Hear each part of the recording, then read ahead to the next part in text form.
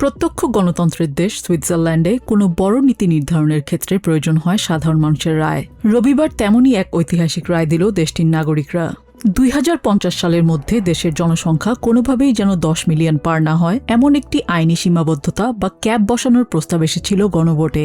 কিন্তু প্রাথমিক ফলে দেখা যাচ্ছে সুইজারল্যান্ডের 55% মানুষ এই প্রস্তাবের বিপক্ষে এবং 45% পক্ষে রায় দিয়েছেন।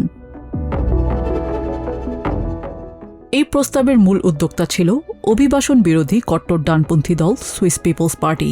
তাদের দাবি ছিল অনিয়ন্ত্রিত অভিবাসনের কারণে সুইজারল্যান্ড আর আগের মতো থাকছে না। আবাসন সংকট, রাস্তায় তীব্র জ্যাম এবং স্কুল ও হাসপাতালের ওপর অতিরিক্ত চাপ তৈরি হচ্ছে।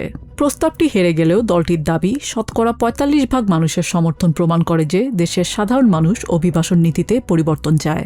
45% of the Swiss population said yes to limit immigration, to do something against those big problems that we have with illegal and criminal asylum seekers.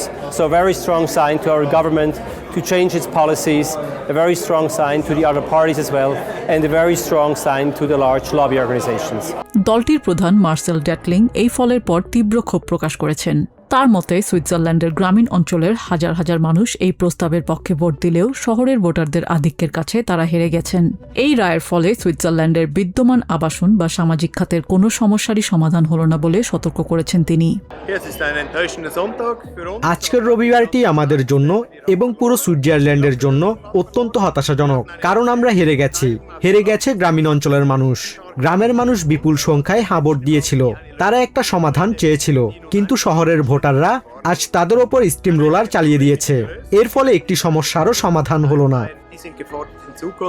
মূলত এই প্রস্তাব পাশ হলে ইউরোপিয়ান ইউনিয়নের সাথে সুইজারল্যান্ডের মুক্ত চলাচল চুক্তি বা ফ্রি মুভমেন্ট অফ পিপল বিপন্ন হতো, যা দেশের ব্যবসায়ী মহলকে চরম আতঙ্কে ফেলেছিল, কারণ সুইজারল্যান্ডের অর্ধেকের বেশি পণ্য বিক্রি হয় ইউরোপের বাজারে। এছাড়া দেশটির পর্যটন, হোটেল ব্যবসা এবং চিকিৎসা খাত ব্যাপকভাবে বিদেশি দক্ষ শ্রমিকদের উপর নির্ভরশীল। ভোটারদের বড় অংশই আশঙ্কা করেছিলেন জনসংখ্যা বেঁধে দিলে দেশটিতে তীব্র শ্রমিক সংকট দেখা দেবে এবং বৈশ্বিক অস্থিরতার এই সময়ে সুইজারল্যান্ড ইউরোপে বিচ্ছিন্ন হয়ে পড়বে। তবে ভোটের হার ছিল রেকর্ড 58%, যা সাধারণ মানুষের গভীর উদ্বেগেরই বহিঃপ্রকাশ।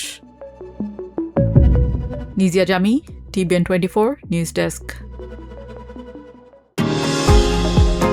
নিউ ইয়র্ক থেকে সম্প্রচারিত টিবিএন 24 টেলিভিশন বিশ্বজুড়ে বাঙালির কণ্ঠস্বর।